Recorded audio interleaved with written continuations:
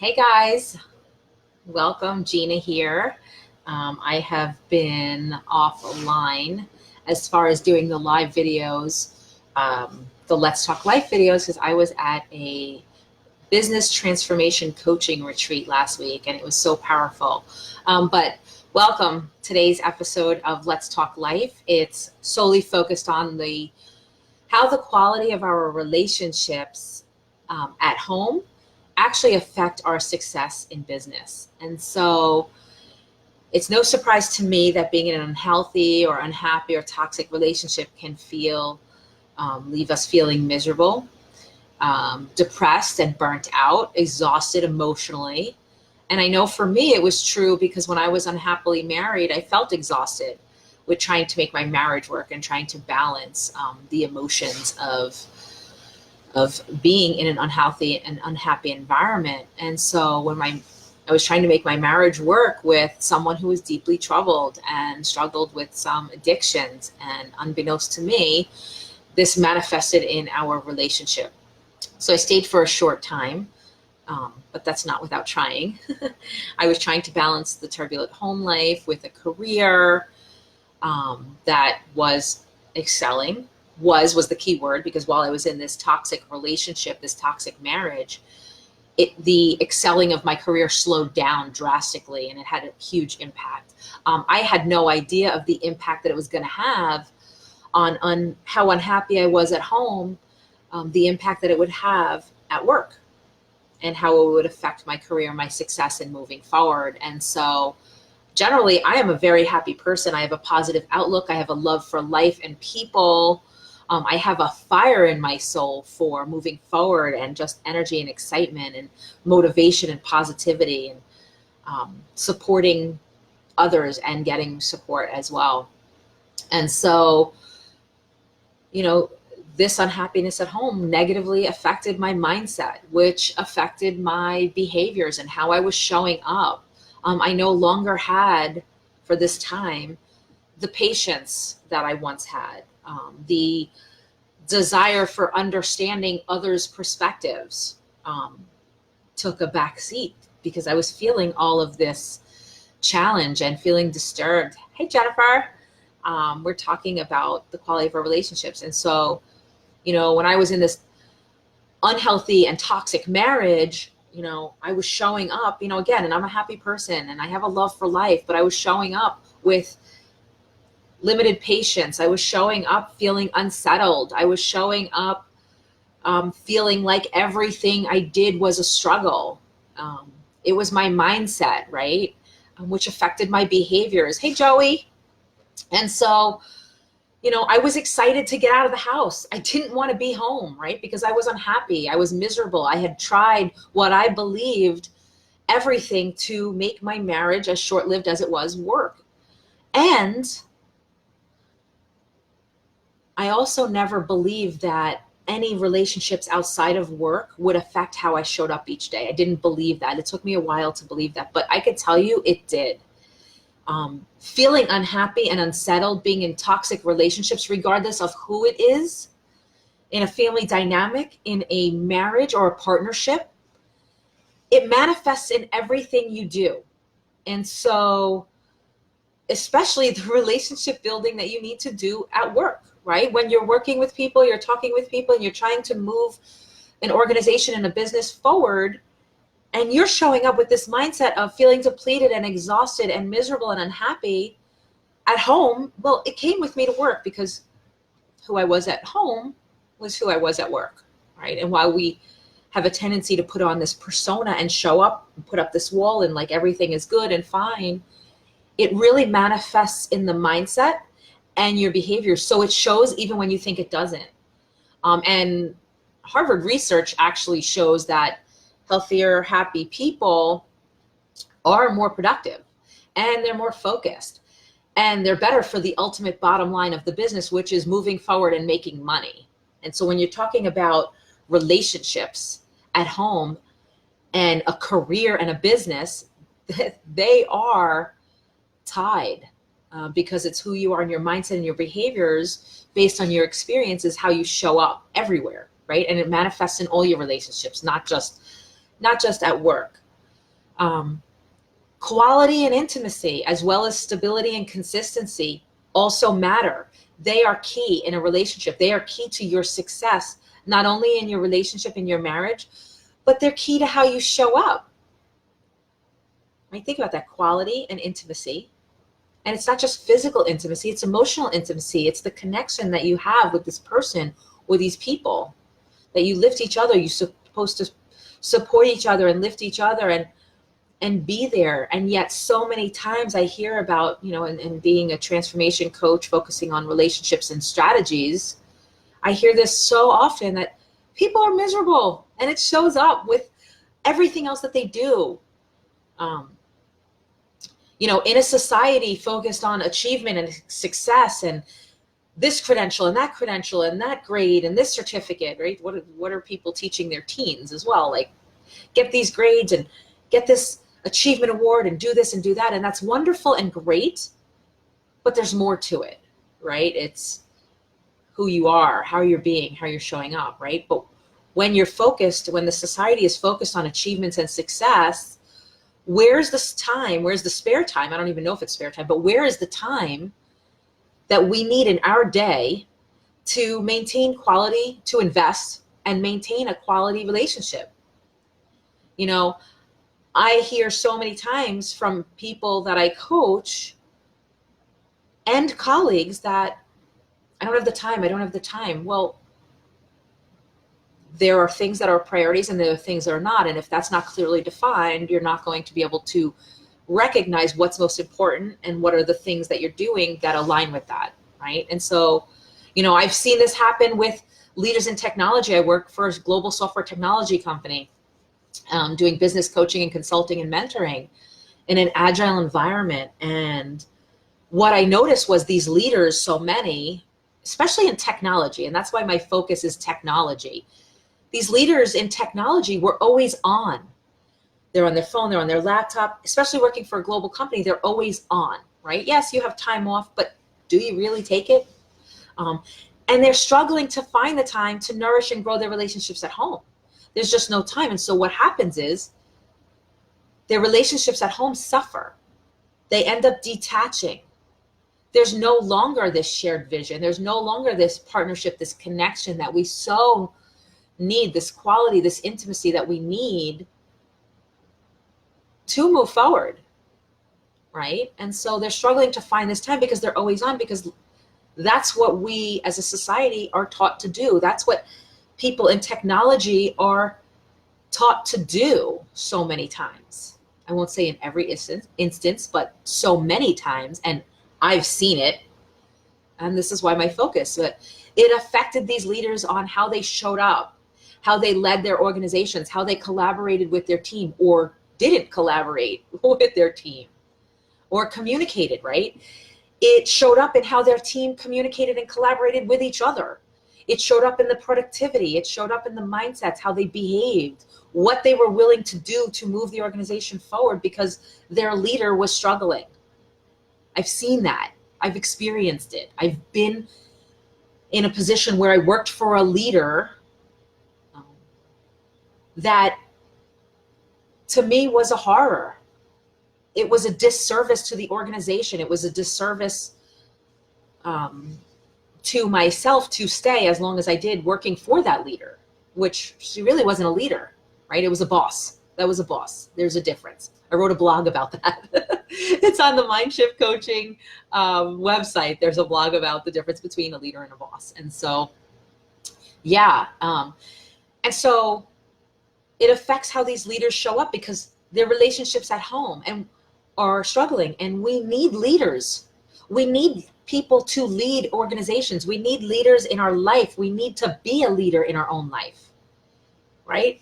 It manifested in who they were and how they were being and who they were showing up. It manifested in the business. It wasn't moving forward as quickly, or they weren't as successful or hitting their numbers as quickly as they needed to because they were focused on the numbers and not the whole human systems and human systems agility, the communication, the personalities, the people, right? Who are the ones who are doing the work to catapult the business forward.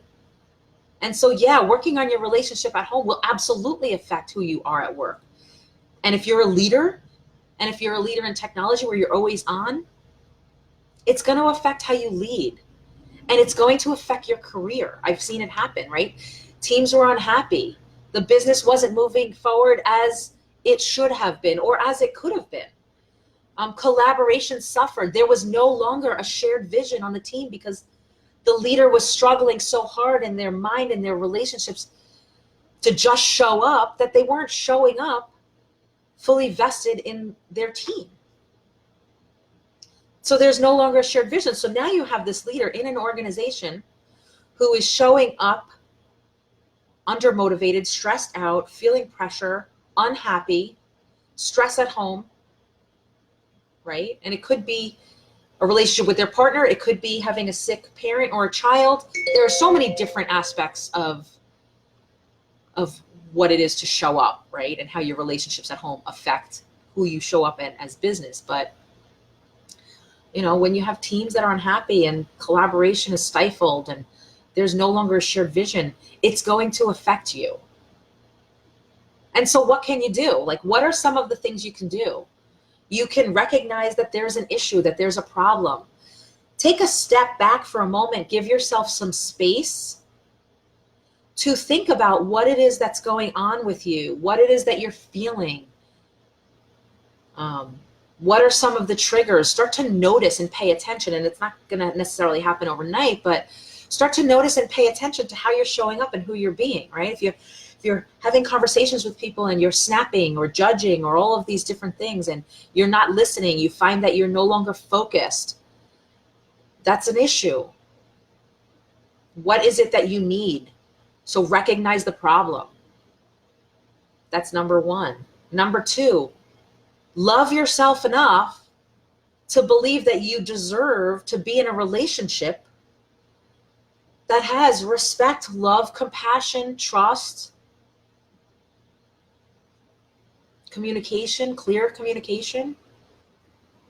You know, those are the things that are key to a relationship. And that's at work and at home. And maybe at work, it's not the love part, but there's respect, there's trust, there has to be empathy for others to create a connection. When people connect, they're willing to do more. They're willing to invest. They're willing to step forward and be who you and the team and the organization needs them to be. And it feels good to be that. They feel good. And when you have a team that feels good because you have a leader that's nourishing and growing them because they're working on their own stuff at home, everyone wins, right? You win at home. Your team wins, the organization wins. It's a domino effect. It's a ripple effect, right? So what else can you do? Learn how to communicate effectively with your relationships at home. So many times I hear about my clients saying, you know, he or she does this, or, you know, they do that, or all of these things. It's the finger pointing game. And that's the culture that we're brought into. However, it's not effective. What's effective is showing up with whomever you're communicating with. My experience is how I feel when you do this or when we go through this is, you know, I feel like I'm not appreciated. I feel like you're not investing the time, or you don't want to invest the time in us. And now I feel worried and concerned with where is this path going to lead for our relationship? It starts with that, right? So eventually, if things aren't fixed, you're either going to stay and be miserable and it's going to affect everything you do, or you're going to choose to fix it, and both partners have to be agreeing to work on it. But there are things that you can do to start to create the openness without even telling your partner, just starting to communicate differently. It's, I feel like you don't care, or I feel like you're not invested, or I feel like unsettled. I feel like I don't know where we're headed. Where are we going? Right? So there are all these different things. So it's communicating from the I perspective. What is it? What is the impact of what's happening in your relationship? what is the impact of what's happening on you? What is that impact, and what does it look like and feel like to you? Right? Because everyone is different. So they may not see it. More than likely, they're not going to understand what it is that you're saying unless you're clear. Right? It doesn't have to be agreeable, but they're your feelings and they're your own, and you have a right to them. Communicating effectively. Give yourself some space, taking a step back. And I don't mean separate, but give yourself, and maybe if it's that toxic, possibly, but give yourself some space to think about what it is that you want. Get clear on what you want to be experiencing for yourself in your relationship, for yourself as an individual in your life, because yeah, you're a partner and you may be a spouse, but you're an individual first, right? So give yourself some space to get give yourself some space to get clear on what it is that you want to be experiencing in your relationship. Communicate. It's not easy. It gets easier as you do it. It gets easier as you practice. It gets easier when you can show up with someone and have a conversation, or start a conversation that starts with, I'm concerned for us, and this is why, because I feel like X, Y, and Z. And my goal is to try to get clear on what's going on and figure out some ways that we can work through it and move forward, right? So give yourself some space and get clear on what you want to be experiencing. Those are the things. Like, first thing is, they say it in everything, recognize that there's an issue, that there's a problem. If you're sensing that there's a problem, and maybe it's not with you, but maybe your partner, you're sensing that there's something going on with your partner, talk to them. Don't let it manifest. Don't let it sit. Don't let it build, right? So part of a partnership is creating a solid foundation of trust, respect, loyalty, communication, love, honor, right? All of those things. People want to be seen and be heard. Even if you don't agree, people want to be seen and be heard. So give your partner, give your people the opportunity to be seen and be heard. Stop what you're doing, clear out time in your calendar, set an intention for what you want for your relationship or what you want for the conversation, and then approach the conversation with openness, with calmness, with clarity in what it is that you're feeling and what you want. And agree to disagree, and that's okay. But show up. Because if you don't show up, what's at risk for you? Living in an unhealthy and happy marriage or partnership. It will affect your success in life, in other relationships. It will affect your life, your success in life, in business. And it's not fun and enjoyable to go through life with the struggle and the weight of feeling emotionally depleted or stressed or anxious or worried. Right? So how are you showing up? Who are you being? It matters. So recognize the problem, look inward and believe what is it that you want? What do you deserve? Communicate what you're feeling, and create a shared vision, right? That's what I do for people. That's why I became a transformation coach, and my focus is working with people in relationships. My focus is working with leaders in technology, because I've been there, and I've seen what it feels like, and I've seen the impact on the organization, and I've seen the impact on the people. Nothing good comes out of it. So let me know in the comments how this resonates for you. Let me know if you have any experiences, any questions. If you know somebody that could use to hear this message, share it, tag them, have them reach out to me. Or if it's you, reach out to me, right? We'll have a conversation and we'll see where you are, where you want to be, and how you want to get there. And we can figure that out together. You don't have to do it alone. We, as people, sometimes when you're stuck in it, you're in the middle of it, you don't see clearly. And that's why masterminds and brainstorming and getting a coach or a mentor will help you catapult forward and get through and leave those old beliefs and those old behaviors and change your mindset, mind shift, right? Change your mindset. And that's what it's all about, is your mindset. It starts with you. So mastery starts with you. Happiness starts with you. So how you show up, it starts with you. How you show up for yourself and how you show up for others. So reach out, let me know, comment below what resonated the most for you. Yeah, Jen, what was once tolerable is no longer. When you're clear on what it is that you want, there are certain things you're going to say, you know what, this is no longer acceptable. And that's okay. It's clearly defining boundaries for yourself in your life and what you want, how you want it, what you're willing to do and to invest to get it. And you can't be the only one. A relationship is more than one person. But you have to have a solid relationship with yourself first. So I hope you have a great day. Comment below. Let me know. If you're not following me on Mindshift Coaching Facebook page, please like my page. I'll be doing these Let's Talk Live series weekly, except for when I'm traveling and other things going on. And that's okay, right? So who are you being when you show up? Who do you want to be? What do you want to be experiencing? Be clear on what you want and why.